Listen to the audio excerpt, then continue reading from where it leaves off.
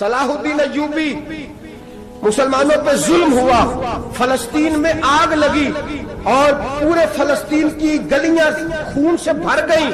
ایک دن کے اندر 70,000 مسلمان قتل ہوا۔ گھوڑوں سے سڑکوں پہ چلا نہیں جاتا تھا، گھوڑے پھسلتے تھے، اتنا خون تھا، اور کچی سڑکیں تھی، اتنا خون تھا۔ پہلے کچی زمین نے خون پیا، پھر خون اس سے باہر آیا، پھر بھی اتنا 70,000 آدمی قتل ہوا۔ صلاح الدین ایوبی کون تھے؟ میرے غوث اعظم جیلانی کے مدرسے کے طالب علم تھے۔ جامعہ نظامیہ مدرسہ، یہ مدرسے ہیں جنہوں نے دین کے مجاہد پیدا کیے، مدارس ہیں جنہوں نے دین کے مجاہد پیدا کر کے پوری دنیا کے اندر پھیلائے ہیں۔ مدارس کے اندر دہشت گردی آئی، میں اختلاف نہیں کرتا، لیکن ابھی بھی مدرسے ہیں جن مدرسوں سے رسول اللہ کے دین کا سچا درس دیا جاتا ہے، امن، پیار اور محبت کی فضا کو عام کیا جاتا ہے وہ مدارس، اور انشاءاللہ قیامت کی صبح تک وہ مدرسے قائم رہیں گے۔ صلاح الدین ایوبی مدرسے کے طالب علم ہے، مدرسے کا، لیکن مدرسہ اس کا تھا جو ساتھ درویش بھی تھا۔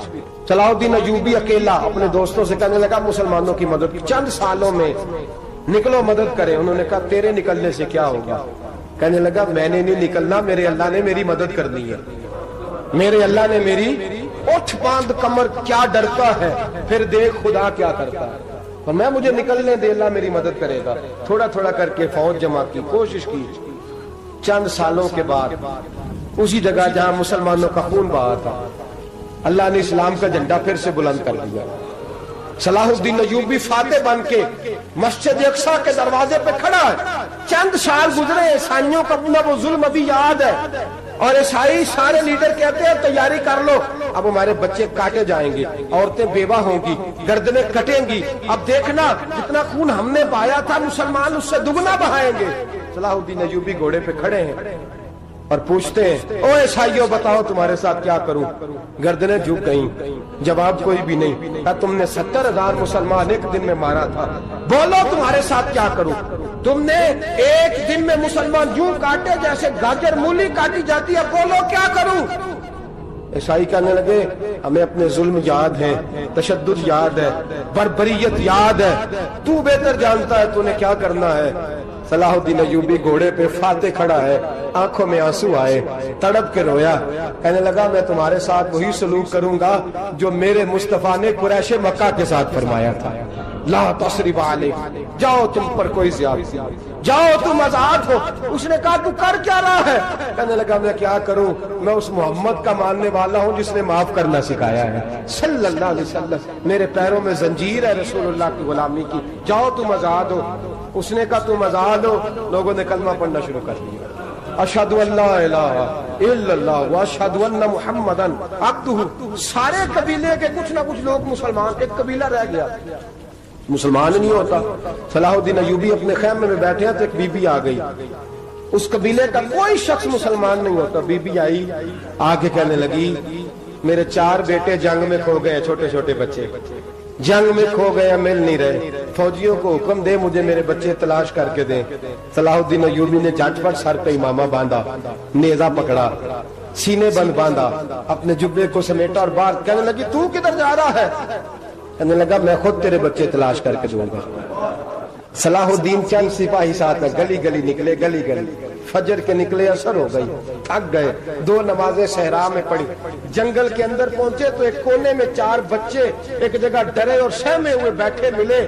صلاح الدین ایوبی اٹھا کے لائے، ماں کو کہنے لگے تیرے بچے ہیں، نکلا اس لیے تھا کہ میرے نبی نے فرمایا بچے جدا ہوں تو ماں کو درد بڑا ہوتا ہے، اور میرے رسول نے فرمایا تھا جب جنگ کرنے جاؤ تو کھیت برباد نہ کرنا، فصلیں تباہ نہ کرنا، بچوں کو ماں سے جدا نہ کرنا۔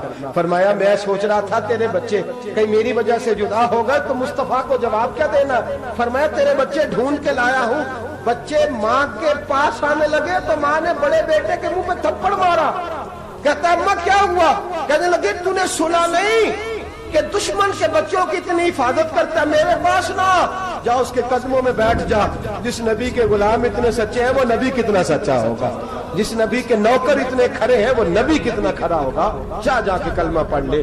مسلمانوں کی نا ایک تعداد لڑتے لڑتے دور چلے گئی. تاتاریوں نے قید کر لیا. 4 مسلمان تھے, تبلیغ کرنے گئے, جنگ کرنے گئے, جہاد کرتے کرتے کافروں سے لڑتے تاتاری قوم میں چلے گئے. وہاں قید کر لیے گئے تو سزائے موت کا حکم ہوا. 4 بزرگ تھے. سزائے موت کا حکم ہوا تو تاتاری بادشاہ جو تھا وہ بڑا خلاف تھا, بڑا سخت مخالف تھا مسلمانوں کے. اس نے کہا کہ ان کو جب پھانسی دینا نا مسلمانوں کو تو میرے سامنے دینا. اب 4 عالم ہیں, 4 صوفی ہیں, سفید داڑیاں, سر پہ امامے. پھانسی کا وقت آیا تو جو پھانسی گھاٹ ہے وہ ایک ہے. چاروں کو اکٹھے پھانسی نہیں ہو سکتی. ایک کو کہا کہ ایک ایک کر کے ان کو پھانسی دو. جب پھانسی کا وقت آیا نا تو جو سب سے پیچھے صوفی تھے وہ دوڑ کے آگے آئے, کہنے لگے بادشاہ پہلی باری میری لگا. پہلی. اب بادشاہ نے کہا ٹھیک ہے اسے لٹکا دو. وہ قریب آئے تو دوسرے دوڑ آئے, کہنے لگے نہیں پہلی باری میں نے زیادہ کافر قتل کیے, میرا بڑا جرم ہے, مجھے پہلے سزا دو. ان کو پھانسی دینے لگے تو تیسرے آ گئے, کہنے لگے نہیں یہ تو میرا قتل کرتا تھا, رستے میں بتایا کرتا تھا, ڈھونڈ کے میں بتلاتا تھا کہ یہاں زیادہ تعداد ہے, مجھے پہلے پھانسی دو. تیسرے کے ساتھ بات ہو رہی تھی تو چوتھا دوڑا آیا, کہنے لگا یہ رستے بتاتا تھا, یہ تبلیغ کرتا تھا, یہ سارا کچھ کرتا تھا, لیکن کہا یہ کہتے تھے چلو واپس چلتے ہیں, میں جانے نہیں دیتا تھا. میں کہتا تھا اور کافر مارنے, اور علاقے فتح کرنے, میرا جرم بڑا ہے, مجھے پہلے پھانسی دو. بادشاہ کہنے لگا مجھے 35 سال ہو گئے حکومت کرتے, بڑی دنیا کو پھانسی دی ہے. لوگ تو ایک دوسرے کو دھکے دیتے ہیں کہ پہلے تو جا, اور تم کیسی قوم ہو کہ ایک دوسرے پہ قربان ہو رہے ہو. کہنے لگا تم ایک باپ کی اولاد ہو. جاگ رہے آپ لوگ. تاتاری بادشاہ, کافر بادشاہ, اسلام کی مخالفت کر دیں, ایک باپ کی اولاد ہو کا نہیں, ایک قبیلے کے رہنے والے ہو کا نہیں, ایک ملک کے رہنے والے ہو نہیں. اس نے کہا رشتہ کیا ہے تمہارا, رشتہ کیا ہے؟ بول کے کہنے لگے خدا ایک ہے, نبی ایک ہے. خدا ایک ہے اور نبی منفرد ایک ہے. اس قوم کی نقصان بھی ایک ہی سب کا نبی.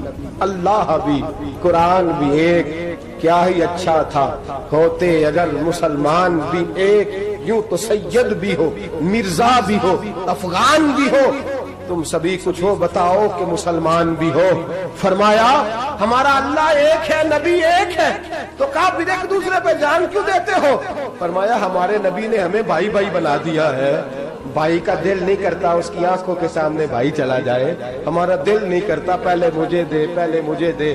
بادشاہ کہنے لگا تمہارا جذبہ مجھے متاثر کر گیا, جاؤ میں تم چاروں کو آزاد کرتا ہوں, تمہیں آزاد کرتا ہوں. میرے دوستو یہ رنگ تھا, دیکھیں نا, یہ اس دھرتی نے نظام دیکھا ہے نا, اس فلک نے پہلی بار دیکھا, اس زمین نے پہلی بار. اور میرے حضرت صاحب فرمایا کرتے تھے زمین تڑپ کے روئی, اس نے پہلی دفعہ دیکھا. احد کا میدان ہے, 3 صحابہ تپتی ہوئی زمین پہ زخموں سے چور پڑے ہیں. حضرت انس بن نضر رضی اللہ تعالیٰ عنہ پانی کا پیالہ لے کے پہنچے.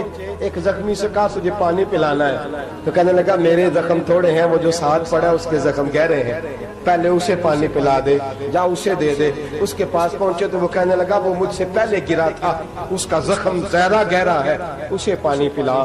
تیسرے کے پاس گئے تو کہنے لگا چوتھا تڑپ زیادہ رہا ہے, اس کی عمر زیادہ ہے, میں تو جوان ہوں برداشت کر لوں, بڑھاپے کی وجہ سے نڈھال ہو گیا, پہلے اسے پانی پلا. چوتھا کہنے لگا 5ویں کے پاس جا, 5واں کہنے لگا 6ٹھے کے پاس جا. حضرت انس بن نضر کہتے میں رو پڑا, میں نے کہا محمد کے غلاموں, رسول نے تمہیں کیسا جذبہ دے دیا ہے, زبانیں پیاس سے باہر ہے لیکن تمہاری اخوت مرتے دم تک قائم ہے. کہتے میں 7ویں کے پاس گیا تو کہنے لگا اگر 6 قربانی دے سکتے ہیں تو مجھے خود غرض نہ سمجھ, میں نے نہیں پانی پینا, جا پہلے کے پاس لے جا. کہتے میں پہلے کے پاس آیا تو روح پرواز کر گئی, دوسرے کے پاس آیا تو روح پرواز کر گئی, میں 7ویں تک آیا تو انتقال کر گئے. کہتے ہیں پانی کا پیالہ میں نے اٹھایا اور میں نے زمین پہ رکھا تو میں نے کہا پانی کھوا رہنا, محمد کے غلام مر تو جاتے ہیں پر ایک دوسرے کا خیال بڑا رکھا کرتے ہیں, کھوا رہنا یہ مر جایا کرتے لیکن ایک دوسرے کا درد. میرے دوستو لٹا ہوا برما, روتے ہوئے مسلمان, سسکیاں اور آہیں لیتی ہوئی مائیں پوچھتی ہیں اے خاصا اے خاصان رسول, وقت دعا ہے, امت پہ تیری آ کے عجب وقت پڑا ہے، وہ دین جو بڑی شان سے نکلا تھا وطن سے، پردیس میں وہ دین آج غریب الغربا ہے۔ فریاد ہے اے کشتی امت کے نگہباں، بیڑا یہ تباہی کے قریب آن لگا ہے۔ اور کیا خوبصورت جملے کہے تھے کہ نبی پاک صلی اللہ علیہ وسلم نے، حضور نے فرمایا تھا میرا مومن ایک جان کی طرح ہوتا ہے، ایک جان کی طرح ہوتا ہے، ایک کو تکلیف ہو جسم کے ایک حصے کو سارا حصہ پریشان ہوتا ہے۔ فرمایا یہ ایک مکان کی طرح ہے، ایک اینٹ دوسری اینٹ کو مضبوط کرتی ہے۔ فرمایا یہ مضبوط لوگ ہیں، یہ مضبوط لوگ۔ حضرت عمر فاروق کا زمانہ ہے، ایک آدمی نے سیری بھیج دی ایک گھر میں بطور تحفہ، قحط کا زمانہ تھا، گوشت ملتا نہیں تھا، جانور، ایک آدمی نے سیری بھیج دی ایک آدمی کے گھر میں۔ اس نے کیا کیا؟ اس نے اپنی بیوی سے کہا ہماری تو خیر ہے، ساتھ والا پڑوسی زیادہ غریب ہے، ادھر نہ بھیج دے، یہاں گندم امیر شہر کی ہوتی رہی خراب، اور بچی کسی فقیر کی فاقوں سے مر گئی۔ کہا ساتھ والے پڑوسی کے گھر سے میں کئی دنوں سے بھوک کی آوازیں، وہاں بھیج دے۔ اس کے گھر گئی تو اس کی بیوی شوہر کو مشورہ دیتی ہے، کہتی ہے میرے بچے تو دلیر ہے، ساتھ والے کے چھوٹے ہیں، وہ گزارا نہیں، ادھر نہ بھیج دے۔ ادھر گئی۔ ایک روایت ہے 7 گھر، ایک روایت ہے 21 گھر۔ 21 گھروں میں گھومتی ہوئی وہ شریف پھر پہلے کے گھر میں آ گئی، اور پہلا صحابی کہنے لگا صرف تو نے ہی محمد کا کلمہ نہیں پڑھا، باقی 20 نے بھی پڑھا ہوا ہے، صرف تو نے ہی رسول اللہ سے یہ درس نہیں لیا، باقیوں نے بھی لیا ہے، اور صرف تیرے اندر ہی جذبہ اظہار نہیں، تو ہی صرف مسلمانوں سے پیار نہیں کرتی، سارے ہی پیار کرتے ہیں۔ وہ شریف پھر آ گئی، اب کیا کرنا ہے؟ اب کیا کرنا ہے؟ امام نبوی نے لکھا ہے، وہ کہنے لگی کرنا کیا ہے؟ پکاؤں گی میں اور کھائیں گے 21 گھر، پھر بھی اکیلے نہیں کھائیں گے، پکاؤں گی میں اور کھائیں گے 21 گھروں کے مطابق شوربہ پکا، اور پھر برتن میں ڈال کے وہ بی بی ایک کے گھر کا دروازہ کھٹکھٹاتی ہے، کہتی ہے مصطفیٰ کے غلاموں نکلو باہر اور کھاؤ، اس لیے کہ جس نبی نے مجھے پیار کا حکم دیا اسی نے تمہیں بھی پیار کرنا سکھایا ہے، یہ رنگ چشم فلک نے سکھایا ہے۔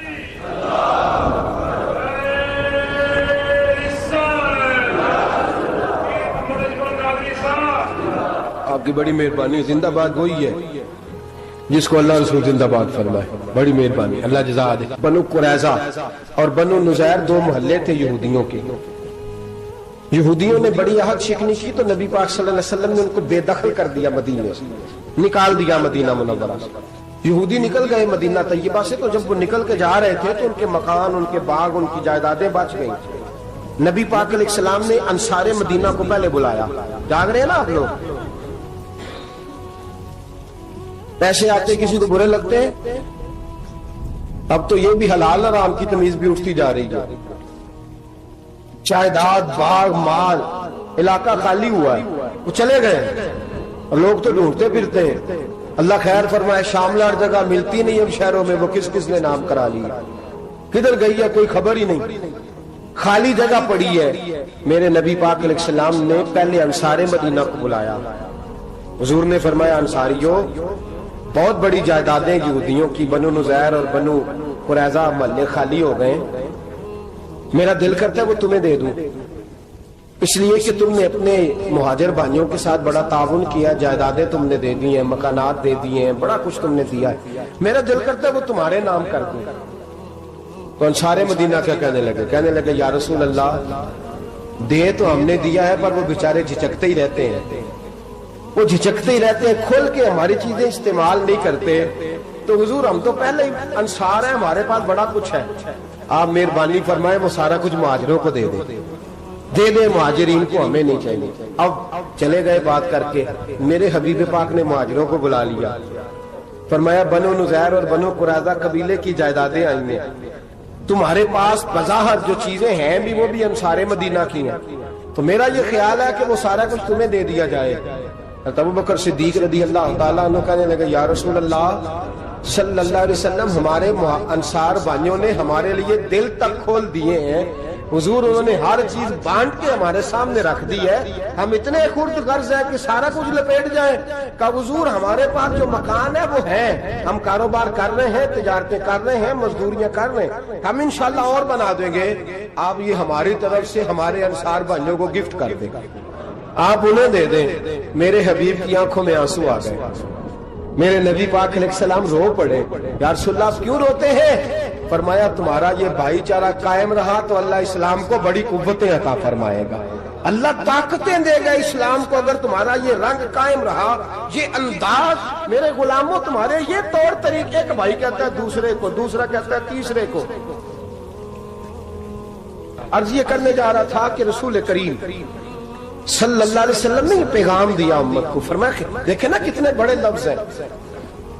یہ نہیں فرمایا دوزخ میں جائے گا, یہ نہیں فرمایا کہ اسے جہنم کی سزا ملے گی. میرے نبی نے فرمایا میں اسے مومن مانتا ہی نہیں, میں اسے مسلمان اپنا مانتا ہی نہیں. حضور کسے؟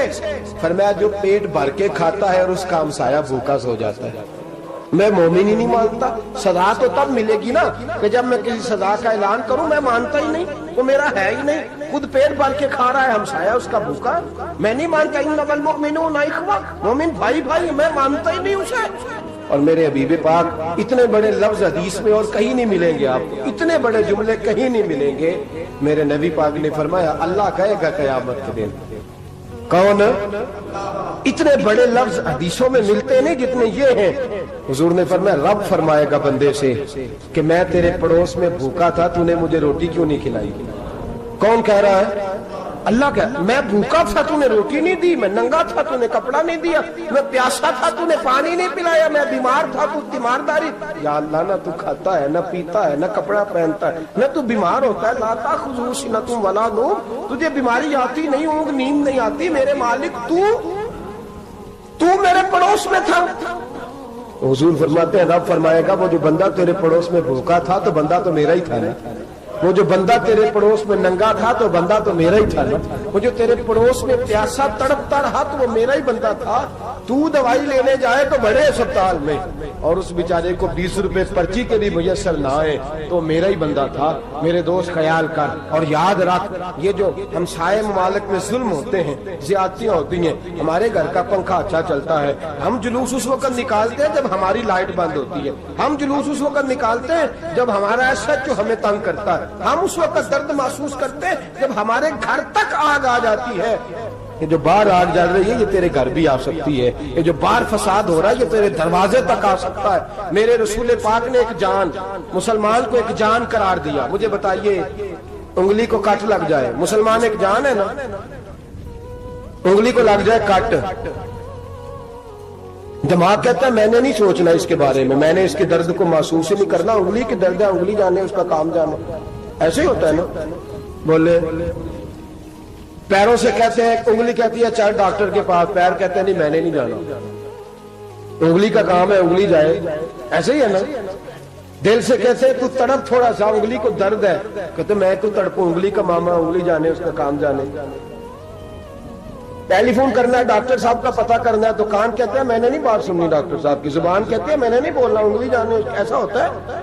پیر احتجاج کرتے کہ میں نے ڈاکٹر کے پاس, میں کچھ چکر کھاتا پھروں ڈاکٹر کی دکان کی, انگلی کو درد ہے انگلی جانے. ایسا ہوتا ہے بھئی. میرے رسول پاک نے فرمایا مسلمان ایک جان ہے. تو درد برما کے مسلمانوں کو ہو رہا ہے تو پاکستانی کہہ رہے ہیں کوئی بات نہیں, وہ جانے, ان کا کام جانے. ایک جان ہے نا, درد ہونا چاہیے, تکلیف ہونا چاہیے. پھٹے پہ باتیں ہوتی ہیں اس موضوع پہ, اسمبلی پہ گفتگو ہوئی ہے اس موضوع پہ, آپ کی صوبائی اسمبلیاں اس موضوع پہ بولی ہیں, آپ کے کونسل اس موضوع پہ بولے. ہم تو اپنی اپنی سیاستیں, اپنے اپنے تماشے, اپنے اپنے چکروں میں لگے ہوئے. وہ دریا کے اندر سسکتے مسلمان, بنگالی کہتے ہیں ہمارے نہیں, برمی کہتے ہیں ہمارے نہیں, پاکستانی کہتے ہیں ہمارے نہیں, ترکی کہتے ہیں. وہ کس کے ہیں؟ وہ کس کے ہیں؟ وہ اللہ کے بندے ہیں, محمد عربی کے غلام ہیں صلی اللہ علیہ وسلم. لیکن میرے دوستو کیا ہمیں کیا غرض ہے, وہ جانے, ان کا کام جانے. یہ جب تیرے پیروں تک آگ آئے گی پھر تجھے پتہ چلے گا یہ بڑی سخت آگ ہے. آج جس کافر نے برما پر عرصہ دراز تنگ کیا, مسلمان تھوڑے تھوڑے مفاد لینے کی خاطر نا, بنو عباس اور بنو امیہ کی جنگ چل رہی تھی. بنو عباس جو تھے وہ غالب آ گئے, بنو امیہ جو تھے ان کی حکومت ختم ہو گئی. تو عیسائیوں نے بنو امیہ سے کہا کہ ہم تمہارے ساتھ تعاون کرتے ہیں, ہم تمہارے ساتھ تعاون کرتے ہیں اور بنو عباس پہ غلبہ پا کے تمہیں حکومت دلاتے ہیں. بنو امیہ بڑی جدوجہد کر رہے تھے بادشاہی کے لیے, لیکن انہوں نے کہا کہ ہم لڑ رہے ہیں, کوشش کر رہے ہیں, لیکن ہمیں کسی کافر کی مدد کی ضرورت نہیں. ہم جتنا مرضی لڑیں لیکن کافروں کے ہاتھوں بنو عباس کو مروانے کو ہم تیار نہیں ہیں. ہمیں خبردار، تمہارا آپس کا معاملہ ہے، ہم خود نمٹ لیں گے، تمہیں اجازت نہیں دیتے تم اندر کودو اور کود کر کے تم فسادات پیدا کرو اور مسلمانوں کے اندر تقسیم کرو. میرے دوستو، مسلمان کو سوچنا چاہیے، سوچ بڑی رکھنی چاہیے. گھر کی جنگ سے نکل آ، اب بہو ساس کے جھگڑے سے باہر آ جا، اب محلے کی سیاست چھوڑ کے باہر کا سوچ. اب اسلام کو تیری حاجت ہے. اب پوری دنیا جب مسلمان کو دیکھے نا، فیس بک یوز ہوتی ہے، اس پہ نوجوان جب اسلام کی بات کرنے لگے گا، اس پر جب بڑا اسلام کی بات کرنے لگے گا، پوری دنیا میں پیغام جائے گا کہ مسلمان اب جاگنے لگا ہے، مسلم خابیدہ بیدار ہونے لگا ہے، اب اس کی آنکھیں کھلنے لگی ہیں، اب یہ اپنے مذہب کی بات کرتا ہے، اب یہ اپنے ملک سے، صوبے سے، برادری سے نکل کر بولتا ہے. اب یہ کہتا ہے کہ بازو تیرا توحید کی قوت سے قوی ہے، اسلام تیرا دیش ہے، تو مصطفی ہے. اب یہ بڑی سوچ رکھتا ہے، اب یہ عالمی بات کرتا ہے. میرے دوستو، ہمارا تو حال یہ ہے. امام اعظم ابو حنیفہ کا فتویٰ ہے، آپ فرماتے ہیں جو مولوی عالمی حالات سے باخبر نہ ہو وہ جمعے کی تقریر نہ کرے، وہ مسلمانوں کی رہنمائی نہیں کر سکتا.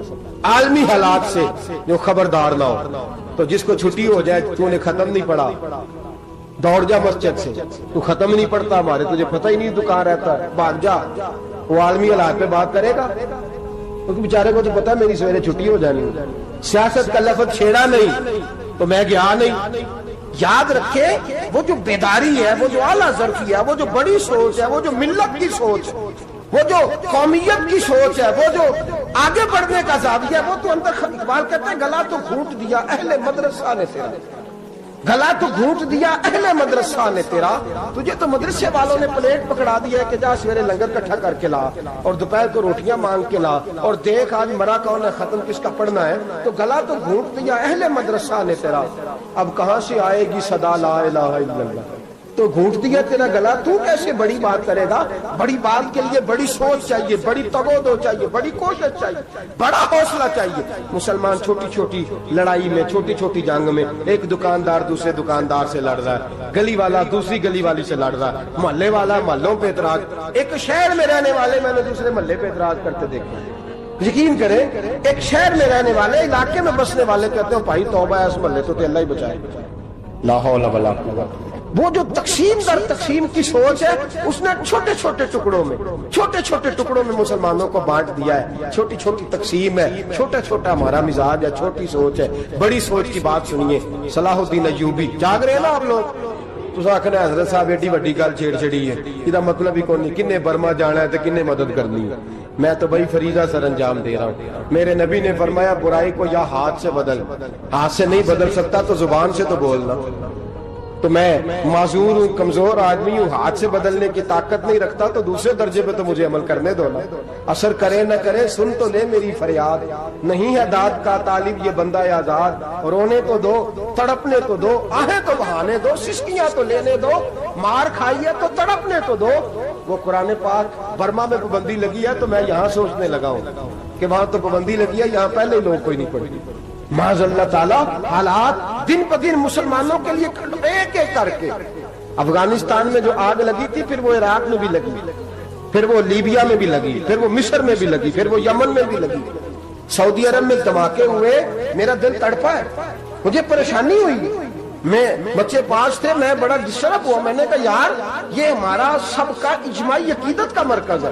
ہم کم از کم 1000 اختلاف کے باوجود کہا کرتے تھے کہ عرب میں امن ہے یار، وہاں سکون ہے، وہاں دکانیں کھلی چھوڑ کے لوگ چلے جاتے ہیں. وہاں بھی فساد ہونے لگا، وہاں بھی آگ بڑھ گئی ہے. لیکن ہم صرف چھوٹی چھوٹی کر کے جب آگ بجھانے کی کوشش کریں گے، اس وقت آگ نہیں بجھے گی. جب ہر آدمی اپنے پیالے میں پانی لے کے آئے گا، ہر شخص اپنے گھر کی نل چلائے گا، ہر شخص نلکا چلائے گا اور پانی نکال کے یہ آگ بجھائے گا، تب یہ آگ بجھے گی. ہر آدمی کو کردار، سوچ بڑی کرے، نظریہ بڑا کرے، ملت کی بات کرے، مسلمان ہو کے سوچے، مسلمان ہو کے سوچے. خدا را نکلے یہ گھر کے جھگڑوں سے، تھوڑی دیر کے لیے اپنے آپ کو بڑا کرے، بڑی سوچ آپ بنائیں. جب دوستیاں لگائیں، یارانے لگائیں، کہ چھوٹے موٹے حساب سے بچیں. بابا بلے شاہ صاحب فرماتے کورے ورک کتاب نہیں ہوندے، کوڑے ورگ کتاب نہیں ہوندے، پتھر دل گلاب نہیں ہوندے، او بلیا یاری سوچ کے لائی یارا نال حساب نہیں ہوندے۔ پھر ذرا نکلے اس حساب کتاب سے باہر، بلیا یاری سوچ کے لائیں یارا نال حساب نہیں ہوندے۔ پھر ذرا بڑا ذہن کرے، چھوڑے اپنے حساب۔ یبصرون علی انفسہم ولنبلونکم بشیء من الخوف والجوع ونقص من الاموال والانفس والثمرات۔ پھر حساب کتاب سے نکلے، پھر امام علی مقام کی طرح یہ سوچ بنائے کہ حسین کے بچے چلے جائیں تو کوئی حرج نہیں، امت پر آنچ نہیں آنی چاہیے۔ ایک امام علی مقام، کل تک امام میدان میں کھڑے تھے تو اکیلے تھے، لیکن آج پوری دنیا کہتی ہے حسین ہمارا ہے، حسین ہمارا ہے۔ آج نظریہ امام علی مقام زندہ ہے، تو اکیلا ہے تو کھڑا ہو، یہ نہ کہا کر چھوٹی سی مسجد ہے، ایک کونا کا کھڑکاوا، مولانا تقریر کر رہے ہیں تو کیا بنے گا، ایک آواز کہیں سے گونجا کرتی ہے، پھر اس میں تاثیر میرا اللہ پیدا فرما دیا کرتا ہے، پھر اس کے اندر قوت میرا رب پیدا فرما دیا کرتا ہے، پھر اللہ اس میں تاثیر پیدا کر کے چار دانگ عالم میں پھیلا دیا کرتا ہے۔ جب آپ نماز پڑھ رہے ہوتے ہیں، جب آپ کا مصلی آباد ہوتا ہے، صلاح الدین ایوبی ایک بزرگ سے ملاقات ہو گئی، بیت المقدس پر قبضہ تھا عیسائیوں کا، تو صلاح الدین بڑے پریشان تھے۔ وہ بابا جی کہنے لگے پتر کیا ہوا؟ کہنے لگے حضور پتہ چلا ہے دشمن کے 2 بحری بیڑے اسلحہ لے کے آ رہے ہیں، مسلمان پہلے ہی کمزور ہیں، اور اب اگر 2 بحری بیڑے اور آ گئے تو حضور مسئلہ بن جائے گا۔ تو میں پریشان ہوں کہ کس طرح یہ کم مسئلے والی ہماری فوج ہے کیسے مقابلہ کرے گی۔ تو بابا جی کہنے لگے پتر اس طرح کرنا، آج رات تو بھی دعا کرنا اور میں بھی کروں گا، تو بھی دعا کرنا، آپ ناراض نہ ہونا، ہم تو پیروں والے ہیں، ہم تو پیروں کے نوکر غلام ہیں، ہمارا تو گزارا ہی نہیں، ہمیں تو ملتا ہے سارا کچھ وہاں سے۔ پر میرا سوال یہ ہے کہ تعویذ لینے جاتے ہو نفل کیوں نہیں پڑھتے، رات اللہ اللہ کیوں نہیں کرتے؟ یہ بھی تو ہمارے بزرگوں کا ہی طریقہ ہے، انہوں نے تو ہمیں سکھایا ہے۔ صلاح الدین ایوبی سے بزرگوں نے کہا کہ رات آج نا اللہ اللہ کرنا، تو میں تیرے لیے دعا کروں گا، تو بھی دعا کرنا۔ تو بندہ جب دکھی ہوتا ہے تو سجدہ کرتا ہے، تو پھر ہی تو مصلی بھیگ جاتا ہے، پھر ہی تو مزہ آتا ہے۔ سکھی بندہ تو کعبے جا کے نہیں روتا، دکھی تھے، تکلیف تھی، تو سر رکھا سجدے میں تو تڑپ گئے۔ اور وہ بابا جی کہتے ہیں میں مسجد آیا تو صلاح الدین چیخے مار کے رو رہا تھا اور کہہ رہا تھا مالک میں کوئی اپنی شان کے لیے تو نہیں نہ لڑ رہا، اللہ کو میں کوئی قبضوں کے لیے تو نہیں لڑ رہا، مالک تیرے لیے لڑ رہا ہوں، مجھے بے آبرو نہ کرنا، میری مدد فرمانا۔ کہتے ہیں میں آیا تھا کہ مسجد میں دعا کروں گا، پر صلاح الدین ایوبی کو روتے دیکھا تو میں لوٹ گیا۔ تو سویرے صلاح الدین ملے تو بڑے خوش تھے۔ میں نے کہا پتر کیا ہوا؟ کہنے لگے حضور وہ بحری بیڑے 2 آ رہے تھے نا اسلحہ لے کے، دونوں ڈوب گئے پانی میں ڈوب گئے۔ تو بابا جی کہنے لگے صلاح الدین وہ پانی میں نہیں ڈوبے، وہ تیرے آنسوؤں میں ڈوب گئے، وہ غرق ہو گئے، وہ جو تو نے مصلی بات کیا تو وہ تیرے آنسوؤں میں ڈوب گئے، وہ غرق ہو گئے، وہ تباہ، اتنے قیمتی تھے تیرے آنسو کے بہا لے گئے دشمن کے بحری بیڑوں کو۔ میرے بھائی ٹھیک ہو گیا جی، میرے عزیز سمجھ لیں اس بات کو ہمیشہ کے لیے، اور اس پر غور کر لیں اچھے طریقے سے کہ میرے رسول کریم سید عالم صلی اللہ علیہ وسلم نے نا ہماری توجہ دلائی، حضور نے ہمیں بتلایا، ہمارا ذوق بڑھایا عبادت کی طرف۔ ایک صحابی تھے حضرت ابو فاطمہ رضی اللہ تعالیٰ عنہ، یہ ترمذی شریف کی حدیث ہے۔ نبی پاک علیہ السلام نے فرمایا ابو فاطمہ قیامت کے دن مجھ سے جلدی ملنا چاہتے ہو کہ دیر کے ساتھ؟ تو کہنے لگے حضور کون ہوگا جو دیر سے ملنا چاہے، ہم نے تو جان دے دی وعدہ دیدار پر۔ اعلیٰ حضرت فرماتے ہیں جان دے دی وعدہ اور نقد اپنا دام ہو ہی جائے گا۔ مجھے لگتا ہے کہ یہ سودا نقد و نقد ہو جانا ہے، چونکہ ہم نے جان دے دی وعدہ دیدار پر۔ آپ نے وعدہ کیا تھا کہ مریں گے تو پھر زیارت ہوگی، تو مر گئے ہم زیارت کی خاطر۔ جان دے دی وعدہ دیدار پر تو نقد اپنا دام ہو ہی جائے گا۔ اے رضا ہر کام کا ایک وقت ہے، دل کو بھی آرام ہو ہی جائے گا۔ تو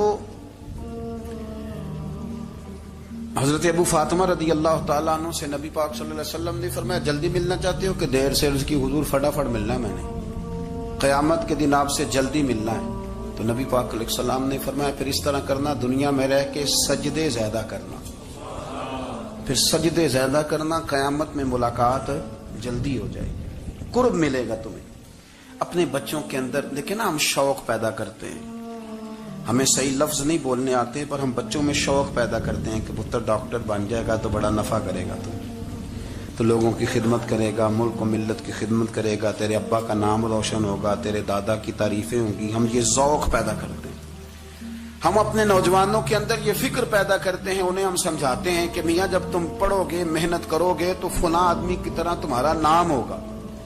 یہ جتنا ذوق ہم بچوں کے اندر ان چیزوں کا پیدا کرتے، ہمیں حکم ہے کسی طرح ہم ذوق پیدا کریں کہ پتر نماز پڑھے گا تو اللہ راضی ہو جائے گا، تو سجدہ کرے گا. دیکھیں نا میرے رسول کریم علیہ السلام نے فرمایا 7 سال کے بچے کو مسجد لے کے جاؤ، یعنی اسے شوق دلاؤ، اس کے اندر یہ خاصیت پیدا کرو کہ اس کا دل کرے مسجد میں جانے کو، اس کے اندر یہ خصوصیات لاؤ کہ وہ ہمارے ہاں نا ہر چیز کو پرموٹ کیا جا رہا ہے، ہر چیز کو یعنی سر سنگیت سکھانے کے لیے اکیڈمیاں بن گئی ہیں، ہر شے پرموٹ ہو رہی ہے.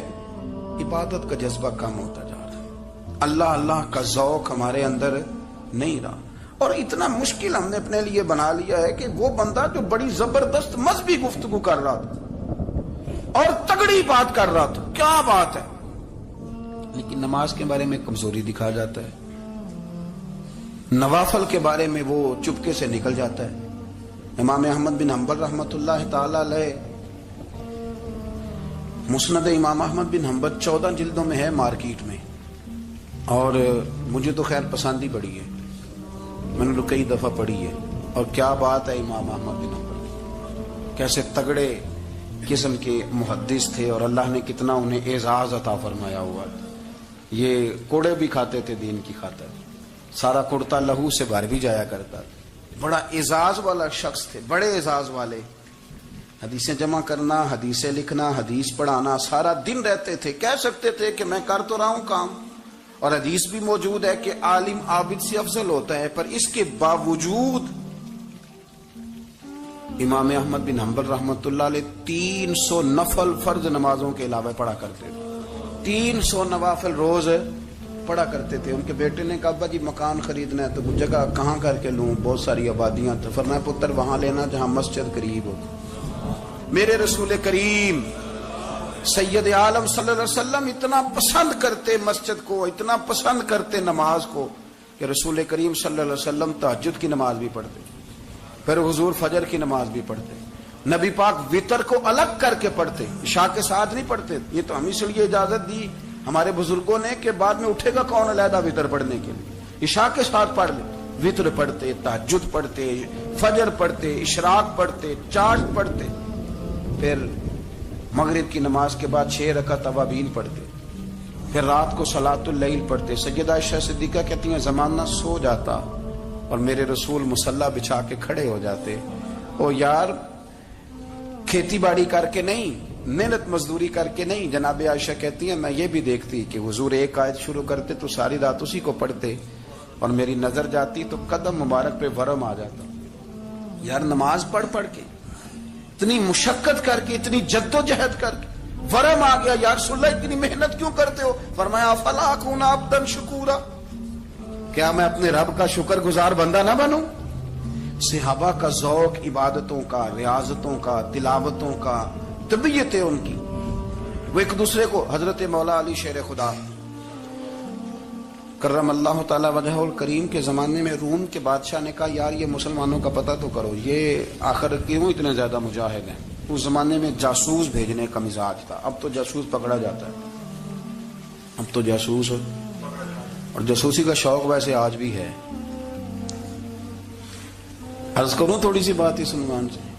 پتہ کیا ہمارا مسئلہ ہے؟ ہم جہاں جاتے ہیں نا وہاں تھوڑی خوشبو سونگنے کی کوشش کرتے ہیں.